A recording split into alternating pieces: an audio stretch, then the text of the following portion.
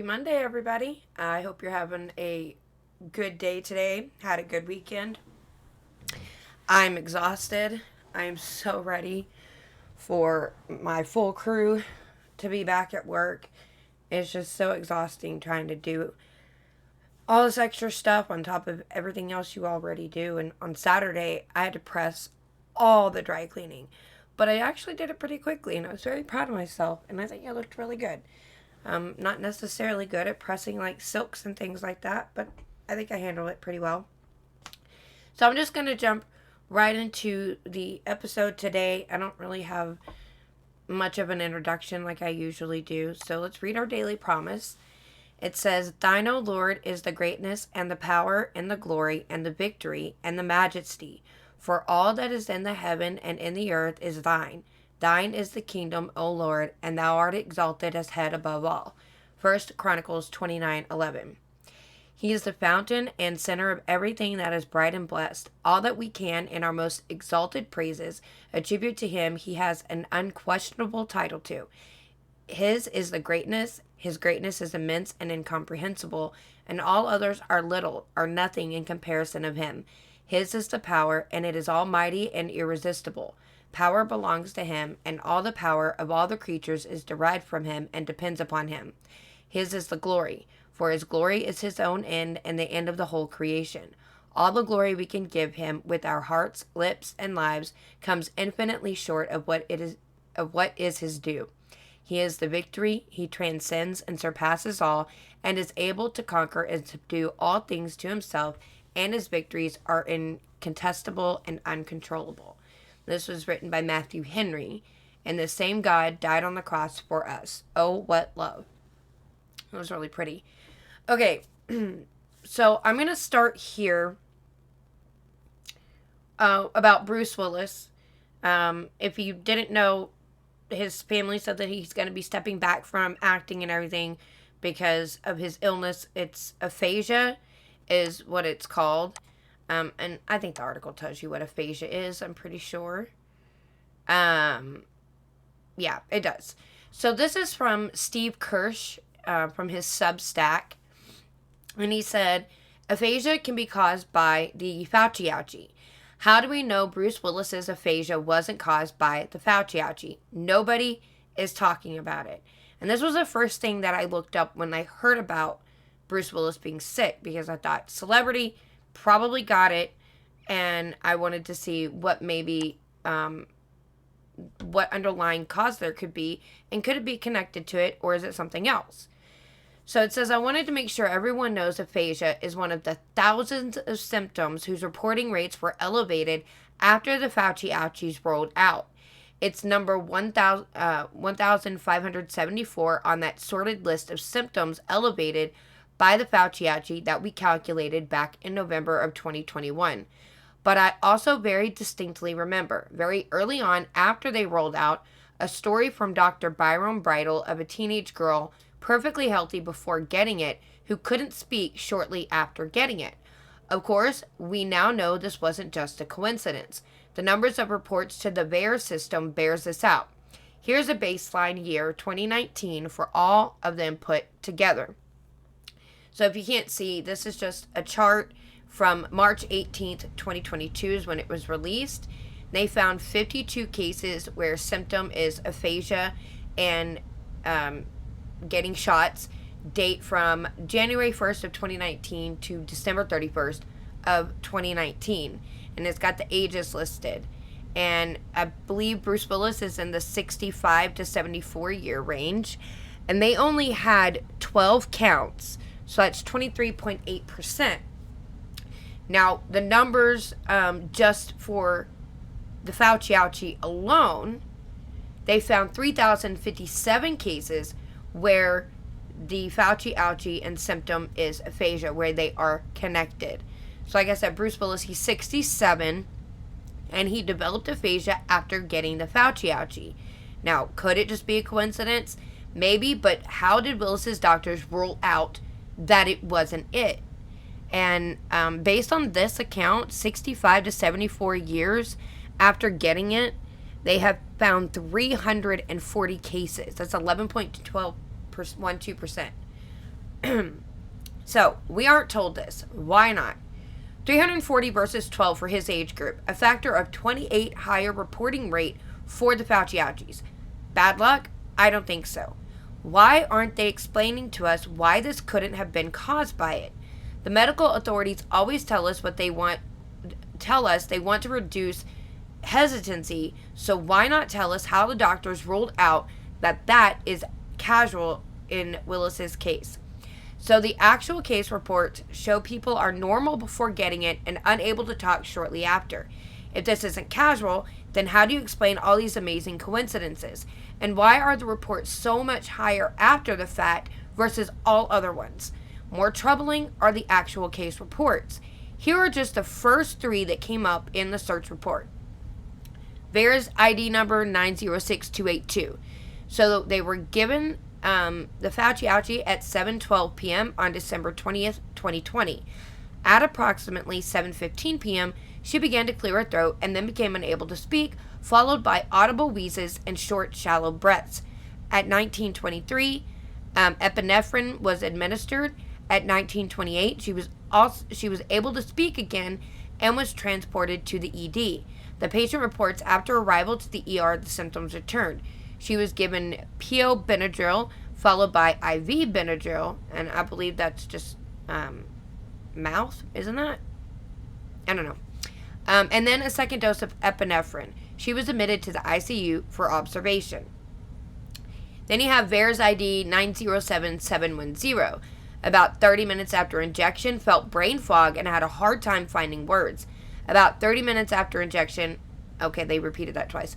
It's like we're having to concentrate more than usual to do routine stuff. This is a spontaneous report from a contactable consumer, the patient himself.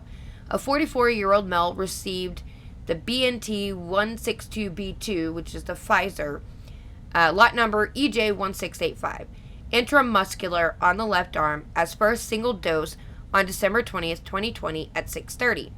The patient did not have a relevant medical history. No relevant concomitant medications were provided. About 30 minutes after injection, felt brain fog and had a hard time finding words. Another nurse that got it at the same time felt the same way.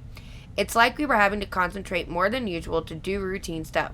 The patient was not treated for the events. The patient did not perform a test before getting the shot, but after getting it, had a nasal swab, a rapid PCR, and it was negative. He was recovering from the events. Sender's comments, linked report. Same drug, same event, and different patient. So there's another report with that. And then the last one is VAERS ID 911587. So 5 to 10 minutes after receiving the injection, started feeling drunk, anxious, paranoid. Muscles became mildly tense and teeth clenched.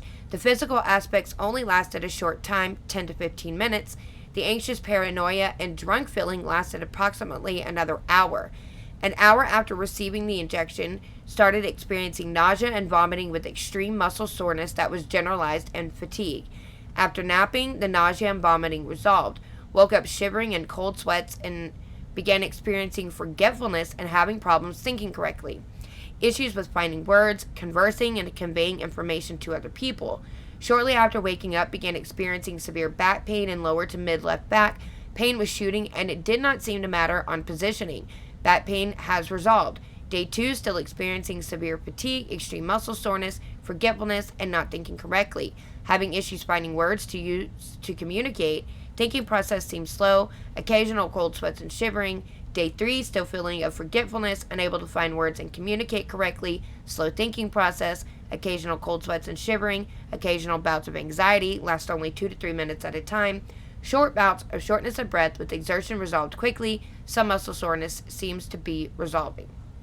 So, I just thought that was interesting to point out that this is yet another thing that seems to be linked to people getting the Fauci-ouchie, and it is something to consider. And not that you can do anything. You can't sue them. You know, they're protected. Dr. Fauci made sure of that a long time ago, back when Reagan was in office. He made sure that emergency use you couldn't sue them if somebody had an adverse reaction or died from it. So there you go. Anyway, moving on. let's talk about Kentaji Brown Jackson, because I'm going to talk about some children and disgusting people once again, because it's so prevalent in today's society. And it's really weird, because when I talk to my dad, he talks about how when they were kids, they would go out as soon as the morning started, and they'd be gone all day, and no one would check on them, because you had no way to check on them, and they're just gone all day doing whatever they want, and then they come home at night, and nobody ever worried about anything happening. And even when I was a kid, when I was probably, 8 or 9, we had a field down the road from our house where we would go ride dirt bikes, we would play baseball, kickball, and then there was a creek behind that, and we would go wade through that creek for why? Who knows? We just did it, and nothing ever happened to us, and our parents, worried a little bit more, but not enough that they didn't let us just go run around in that area where we lived. And it was a bad area, because I grew up over on East Barry in Fort Worth, and I thought it was bad then. I can't imagine what it's like now. But, we'd been broken into, we'd been robbed. There was someone in the house one night when we got home. So when we noticed that someone had broken in, we left and went next door, not knowing that they were actually still in the house. But when we came back, the other door had been open, because you had, a front door and a back door. Well, the back door was open, is where we noticed that someone broke in, but the front door was shut. When we left and came back, now the front door is open, like someone left through that door. So it was a pretty bad area, but even back then, we were much safer than kids are today. And then the whole reason I point that out is because Kentaji Brown Jackson, she is a threat to the safety of our children. And the fact that anybody would not only nominate her, but confirm her, it's like you don't care about children. So, first I'm going to read you some tweets before I read this. These are tweets that Jack Posobiec put up on Twitter. And it says, new records, Kentaji Brown Jackson chose leniency even in baby sex torture cases. And then you have these tweets here where Kentaji Brown Jackson heard horrifying details of sadomasochistic torture of young kids, including infants and toddlers, yet challenged the disturbing evidence presented by prosecutors and disregarded their prison recommendations to give the lightest possible punishments. In 2018, Christopher Michael Downs was busted trading child porn in a chat room, pedos only, including images of adults raping a prepubescent female child, according to court records. He posted 33 graphic photos, including an image of a naked female as young as 2 years old. In her April 2021, Jackson contradicted the findings of prosecutors, dismissing the crimes they described as, quote, on the more egregious or extreme spectrum, end quote, of child porn as not, quote unquote, especially egregious, among the more than 600 images depicting bondage of infants and toddlers. These are her words right here. I don't find it persuasive, the government's arguments concerning why they think that this is a particularly egregious child pornography offense, which means I struggle to find a good reason to impose a sentence that is more severe in this case. Jackson complained that current sentencing schemes don't accurately measure the severity of child porn offenses because computers, the internet, and digital cameras make it, quote-unquote, so easy to collect, store, and distribute illegal porn. She ignored the advice of expert witnesses who disputed her theory that child pornographers are somehow not pedophiles, said Mike Davis, president of the Article 3 Project. Now, you're telling me you think that the sentencing isn't proper because the fact that computers and the internet and digital cameras make it so easy to collect, store, and distribute illegal porn that somehow the recommendations for their sentences are too harsh because of how easy it is? Does that even make any sense? It's so easy to get a hold of child pornography that these prison sentences are way too harsh for that. You would think that you would want them harsh. The easier it is to obtain something, the harsher the sentence should be to deter people from doing the same thing.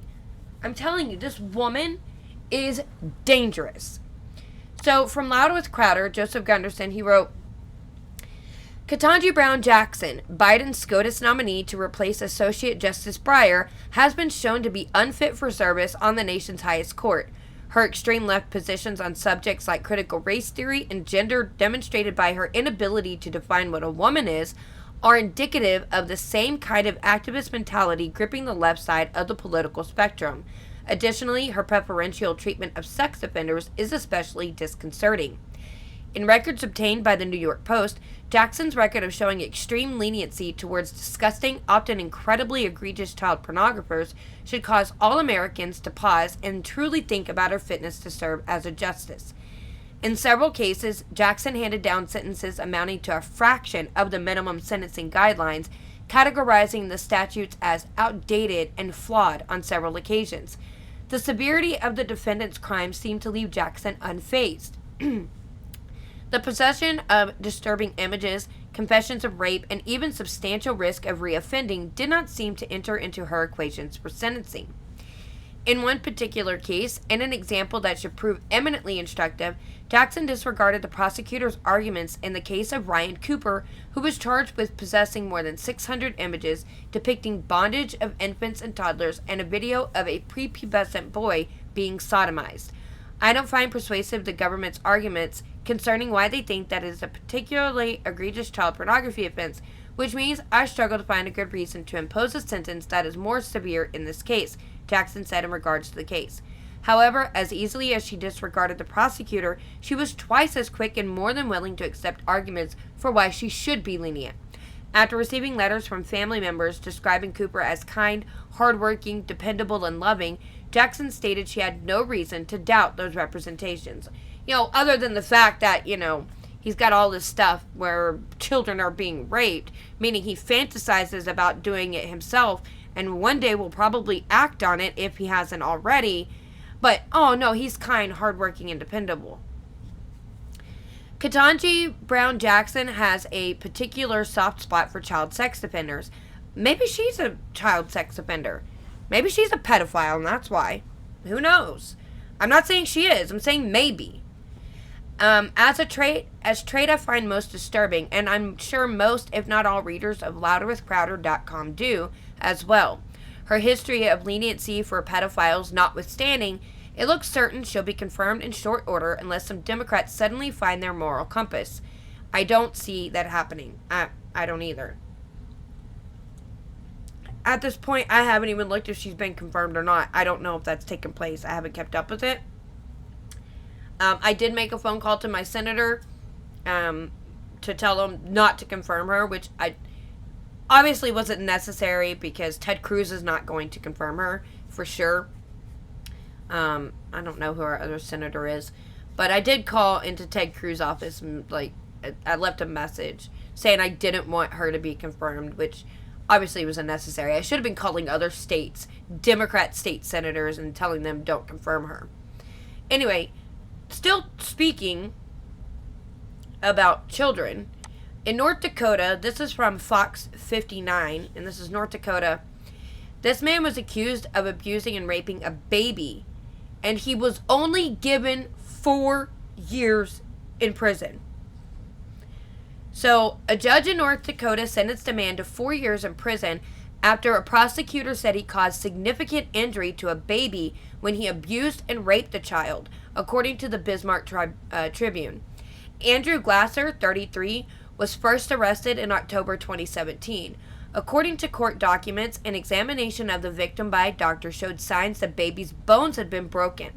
Also, 3 doctors said the infant suffered sexual abuse and a penetrating wound caused significant injury, according to Burleigh County State Attorney Julie Lawyer.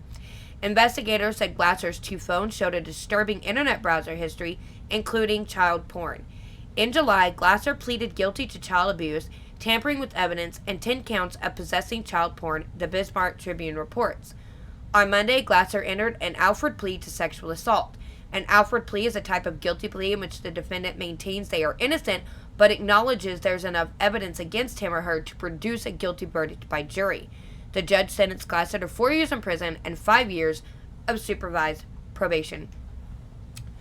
Do you want to know why we have such a high amount of child predators in this country? because of being lenient on these reprobates. I said it in social media, and I'll say it here. These people deserve to die. Hang them on the courthouse steps for everybody to see, and that will deter the next person, hopefully, from doing the same thing to our children. If we were harsher on these people, you might see less of it happening. They don't deserve to live. Period. Kill them. That's all. Now, I'm not calling to do that illegally. I'm not saying go out and, vigilante justice. I'm saying that should be the penalty in the court handed down from the judge. Death penalty. Period. Moving on. This man here. It says, karma strikes as toddler murdering convict killed by group of inmates. So it says, I'm not going to say vigilante justice should be condoned. 2 wrongs don't necessarily make a right. 3 lefts do, but that's a philosophical conversation we can save for another day. What I will say, however, is that the justice system often fails to hand down punishments that truly fit the nature of the crime. If it did, there'd be no murderers serving out life sentences, no rapists looking at parole in a handful of years, and no child molesters who ever make it to a jail cell. And on that note, I will say, I'm not losing any sleep after convicted murderer Samaj Short, who was convicted in the shooting death of 2-year-old Dayuan, I don't want to mispronounce this, but Dayunana Anderson in 2017. Short, who was 17 years old when he killed a young girl, was 24 at the time of his own death and was serving out a paltry 31-year sentence for his crime. He stole an entire life away from a little girl and was sentenced to only 31 years in prison. And, as Newsweek reports, quote, the North Carolina Department of Public Safety said Short was projected to be released from prison on May 7th, 2042, in only 20 more years. Well, a group of guys in the pen, for whatever reason, just made certain Short will not be walking out of the prison on May 7th, 2042. At the Birdie Correction Institution on Tuesday, a group of inmates attacked Short. While first responders performed life-saving measures and paramedics attempted to resuscitate him upon their arrival, Short was pronounced dead at the scene. I'm not going to condone the actions of the inmates. For all I know, they are repugnant murderers and such as well. In fact, the odds are I wouldn't agree with the sentences they were given either.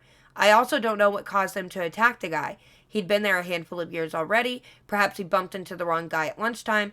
I will, however, say that karma can be a real biatch, and child killers deserve a death sentence in the first place.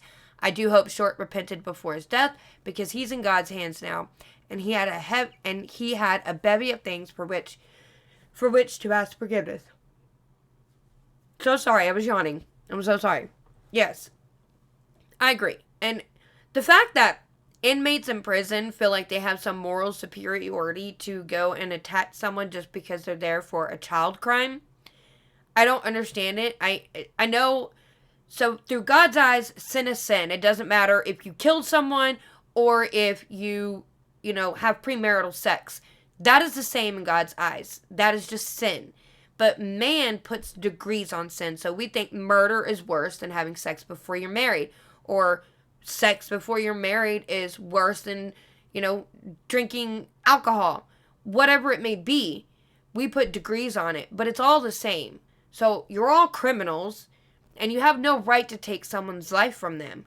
But see, they wouldn't have had the opportunity to do such if the man had just been sentenced to the death penalty in the first place because he killed somebody, and not just somebody, but somebody who hadn't even got to start her life out yet. Hadn't even really developed her own personality and person. And took that life away. Not only took her life away, but the parents' lives. They'll never see her grow up. They'll never have a sweet 16, a graduation, a wedding. None of that. A baby shower. They don't get that. So that man does not deserve to sit in prison and get 3 meals a day and medical care and maybe get to learn and study and go to school and then maybe get out later on down the road. He doesn't deserve to keep living. Period. That's just what I think.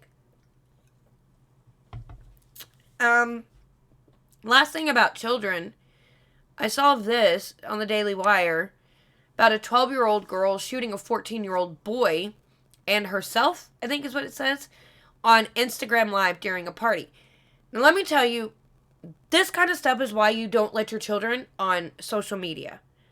If they're not over 18, don't let them have it. They don't need it. There's no point.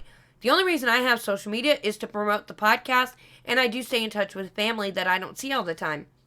But outside of that, I don't like social media. It really is a cesspool of negativity and debauchery and depravity, and it's not good for young kids. So here it says, a 12-year-old girl shot a 14-year-old boy and then herself during a family party that was broadcast live on Instagram, police say. Paris Harvey, 12, reportedly found a gun in her family's home and shot her cousin, 14-year-old Kieran Harvey, before shooting herself, KSDK reported. The outlet noted that the Harvey family is calling the incident an accidental shooting. The St. Louis Metropolitan Police Department said it had responded to a call at 2 a.m. Friday morning at an apartment complex where they found the two young teens dead. People reported that the children were alone in a bathroom at an apartment space that had been rented for the family birthday celebration. Paris's mother, Shanice Harvey, told KSDK that she let her daughter go to the family party because there were several March birthdays. Everybody was getting together to celebrate, and so the younger kids, they got a bed and breakfast, Shanice told the outlet. They were making a video, and Paris was playing with the gun, but it went off and hit him. Police described the incident before the two young teens as a murder-suicide, but Shanice described the incident as an accident. Paris dropped the gun, and it fell, and it went off to my knowledge, and then when she picked it up by the barrel, and it went off. That's all I know. It was not a suicide. It was just a freak accident, she told KSDK. That's not how guns work, by the way. That's just not how guns work. Susan Dyson, Paris's grandmother, told the Post-Dispatch, it wasn't a situation where they were arguing or anything like that. They were playing with the gun when they shouldn't have been. Of course, they shouldn't have been doing it. I think it just went off. It went off by mistake. Family members reportedly told the outlet that the shooting was shown live on Instagram and that Caron had just celebrated his 14th birthday. Shanice also told the outlet that Caron was her nephew and godson and that she didn't know her daughter found the gun or who it belonged to. With all the family there, they should have basically made sure she was okay, she told KDSK. Everybody should have stuck with somebody. Well, maybe you should have stuck with your child. The outlet noted that Shanice said she was not at the party. Caron's mother was also reportedly absent from the party. Police are still investigating and trying to determine who owned the gun and whether any charges will be filed over the deaths. St. Louis Director of Public Safety Dan Islam told KMOV that gun safety was important to prevent these situations. No matter how this turns out, I want to remind everyone that the city St. Louis Fire Department, all 30 stations, have gun locks. Islam told the outlet, we encourage people to go to those stations to get gun locks to secure weapons so we can keep young people safe. Or start teaching your child gun safety from a younger age so they understand the risks, the consequences, and they become comfortable around them enough that they understand them and they take it serious and they're very careful. I'm not saying like 2-3 years old. I'm saying like 9-10. You could start teaching them gun safety. Maybe if you didn't treat it like, you know how when you treat something like a certain way, a kid wants to do it more because you're so freaked out about it. And so they're like, well, this must be really good. Now we got to try it. If you just treat it like it's just breathing or like riding a bike, don't make such a big deal about it. Teach them the gun safety. Constantly go over that. Take them out to go shoot the guns to show them what they can do and make them understand that these are not toys. They are meant for this or for this or for this, and that is it. That's all you use it for, and you must be careful. I think you'd have less kids having problems with guns. We just don't teach them about them. It's so taboo to teach gun safety to our children that no one's doing it, and kids just don't get it. All right. I have 2 more, but this is the last one. Yeah, we'll do this one first. So, Biden invokes God to explain why parents should affirm trans identity. I just had to see what this said. So, President Biden referred to the Bible while explaining that parents should be affirming of their ostensibly transgender children's identity. First, let me say your children are not transgender. You told them that they were, and you have enforced it so much that they believe they are. It's the parents doing it. It's not the kids. To everyone celebrating Transgender Day of Visibility, I want you to know that your president sees you. Jill, Kamala, Doug, our entire administration sees you. Everybody sees you, okay? Everybody sees all of it, all the time, every day, nonstop. You are constantly visible. I wish you weren't. Back off a little bit. For who you are, made in the image of God and deserving of dignity, respect, and support, the Commander-in-Chief said in a video commemorating International Transgender Day of Visibility. While I'll say these children, they do deserve support, but it should be support to get them help because they've been massively confused. Their parents have abused them to the point that they don't even know if they're a boy or a girl anymore. Biden appeared to be referring to Genesis 1:27, which states that, okay, wait, no, that's not going to work. Genesis 1:27. I don't want to read his version. Genesis 1:27 says, so God created man in his own image. In the image of God created he him. Male and female created he them. That's it. Man and woman. That's it. A reality that Christians have indeed pointed to throughout history as the foundation of human equality. However, the passage, which adds that male and female he created them, also happens to be the foundation for the gender binary. Yeah, that is it. That is the foundation for it because God gave it to us. We know it's hard when there are those out there who don't see you, don't respect you, Biden continued. For example, the onslaught of anti-transgender state laws attacking you and your families is simply wrong. Biden was likely referring to Florida's recent parental rights and education law, which forbids classroom instruction about gender identity and sexual orientation for children in kindergarten through 3rd grade. The legislation has provoked ire from LGBTQ activist lobbies, as well as progressive corporations like Disney. Disclosure, the Daily Wire has announced plans for kids' entertainment content, and I think that's really cool. This administration is standing up for you against all these hateful bills, Biden added, and we're committed to advancing transgender equality in the classroom, on the playing field, at work, in our military, and our housing and healthcare systems, everywhere. Simply everywhere. Biden then informed parents that affirming your child's identity is one of the most powerful things you can do to keep them safe and healthy. Earlier this week, the White House flagged a resource from the Office of the Assistant Secretary for Health intended to, quote, inform parents and guardians, educators, and other persons supporting children and adolescents with information on what is gender-affirming care and why it is important to transgender, non-binary, and other gender-expansive young people's well-being, end quote.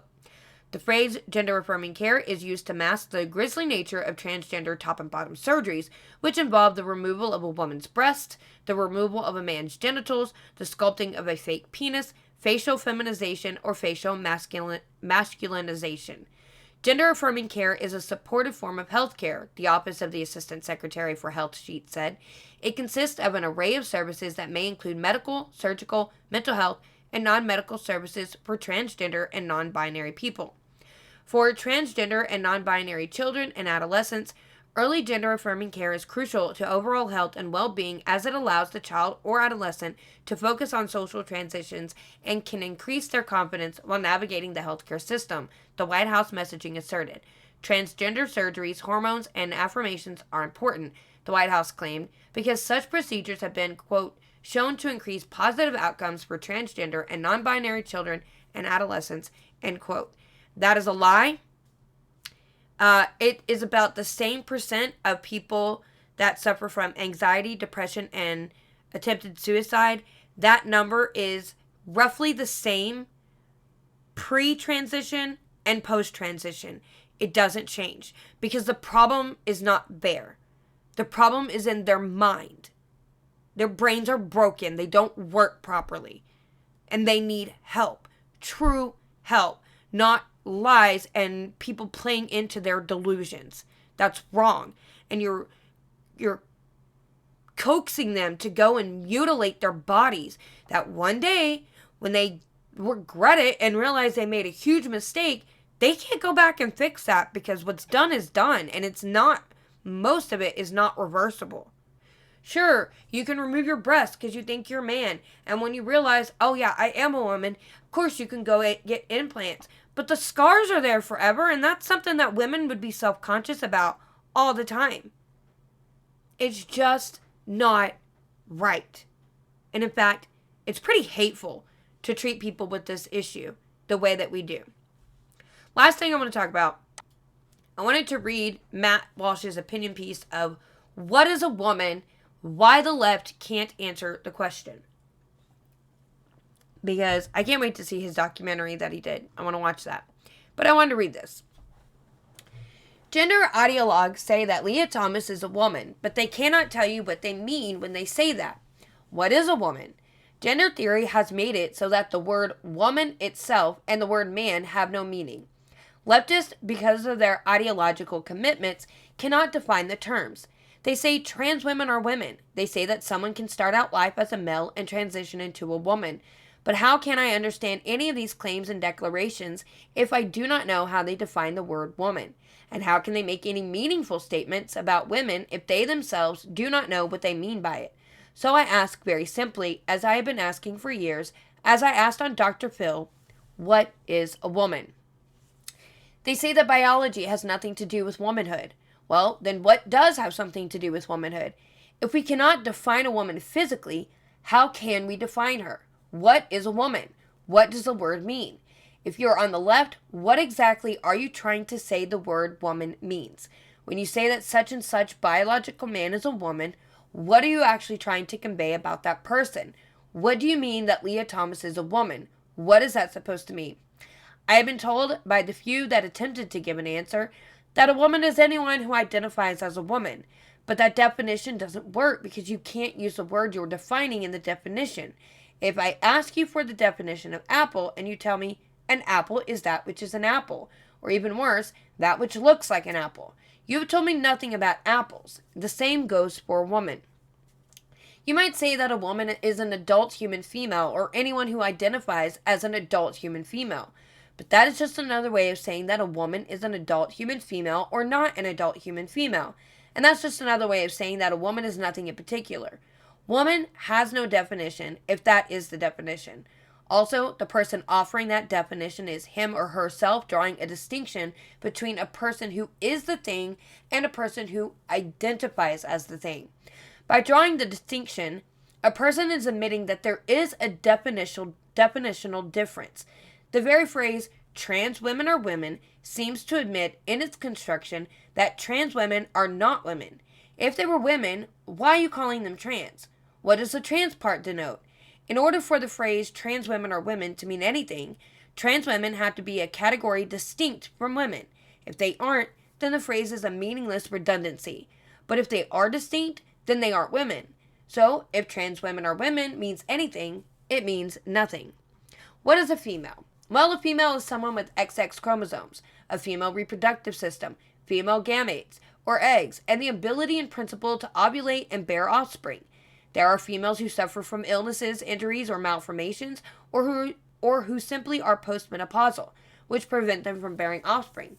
This does not make them any less female. It is instead an exception that proves the rule. Here's why. When a female cannot bear children, we know that something has prevented an otherwise natural process. But when a man cannot bear children, we know that it is not a sign of anything having gone wrong because men are not supposed to bear children, and no man in history ever has. If, as a woman, you go to the doctor and tell them that you are unable to conceive children in your womb, he will run some tests to figure out why, because a reason preventing normal childbearing exists. If, as a man, you go to the doctor and tell him that you are unable to conceive children in your womb, he will run some tests to figure out what's wrong with your mind, or at least that's how he would have responded until recently. Now, because society has lost its mind, he might give the man hormone pills to help him transition into a woman. But you will note that even after transition, still the man will not be able to ovulate or conceive children or perform any other exclusively female function because he is not a female and will never be one. Thomas is and will always be a male with XY chromosomes, male anatomy as a woman Women who've seen him in the locker room have attested, and male gametes. But there is a lot more to being male than just that. Indeed, the physical differences between men and women are not confined to the reproductive system. They can be found in every bodily system, in every part of the body. Leah Thomas, like any male, is male down to his bones, down to his cells, down to his DNA. When he dies and is buried beneath a giant monument celebrating him as history's greatest female athlete, 100 years hence he could be excavated and his bones analyzed, and scientists will be very confused to discover that the greatest female athlete is a male.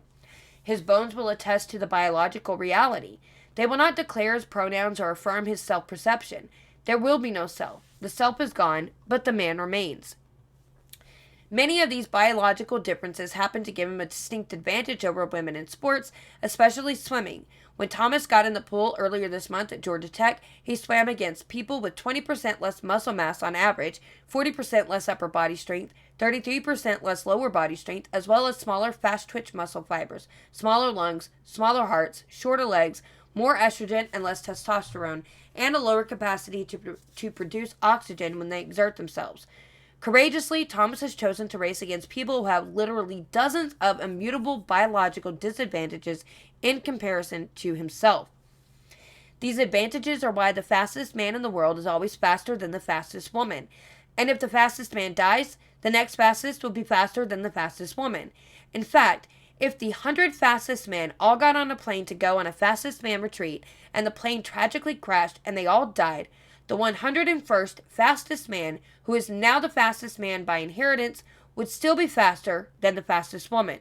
And then the next 100 fastest men, if they tried to go to the same retreat, and they all crashed and died too, the next batch of 100 would still be faster than all the fastest women, and so on.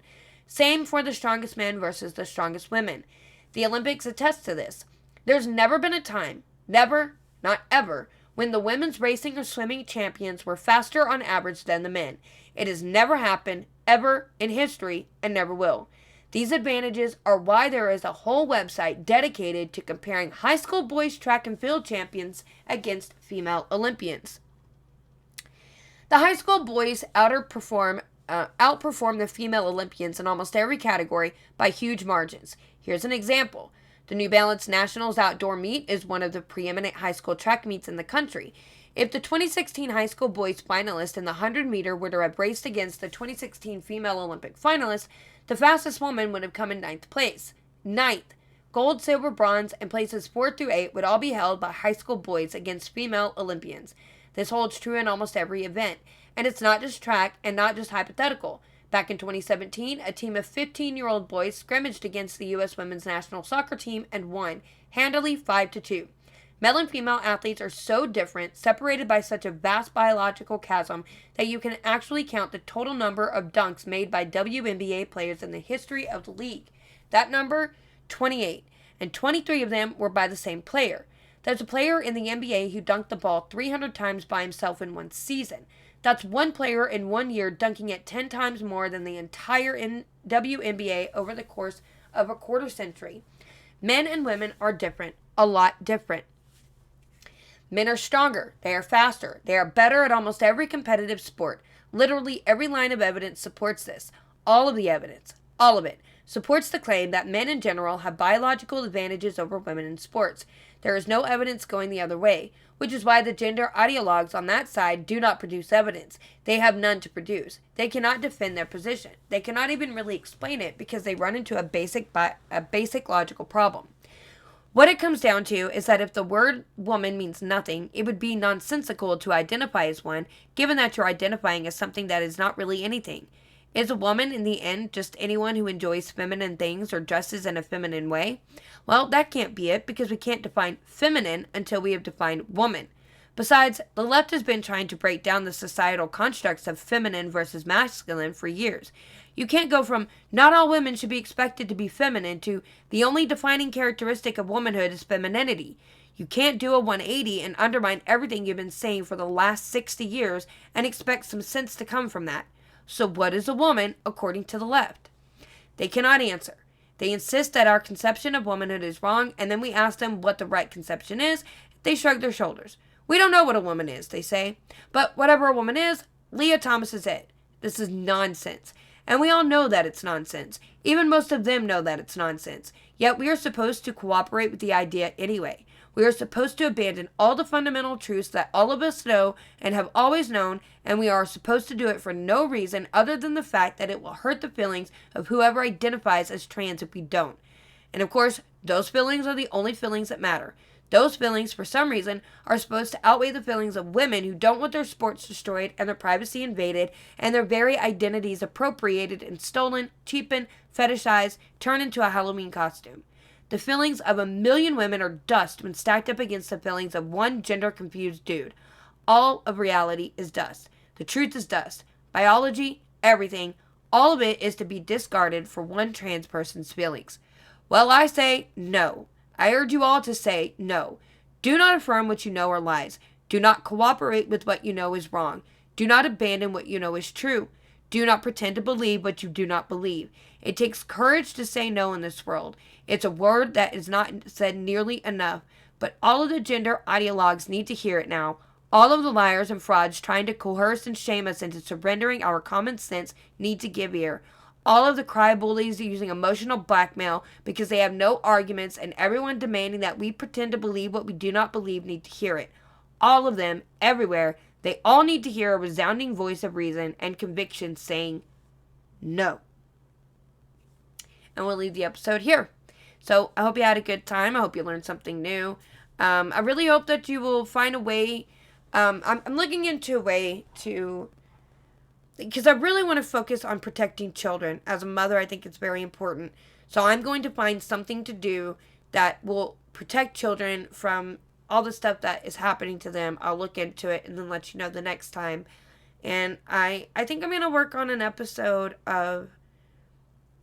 No, I'm not going to tell you. It'll just be a surprise. But I'll work on that. Anyway, I hope you had a good time today. Don't forget to go to Anchor, Spotify. I think it's on Google Podcasts now. Subscribe to the podcast. That would be great. Head on over to my YouTube channel. You can watch my videos, share, like them, leave a comment. But please subscribe to the channel. That would be really great. Then hit the notification bell so you know when I upload new videos. And also, if you want to go, it's on my social media. You can go to my link tree in the description box to get to all my social media. And I share it on Twitter and on Facebook.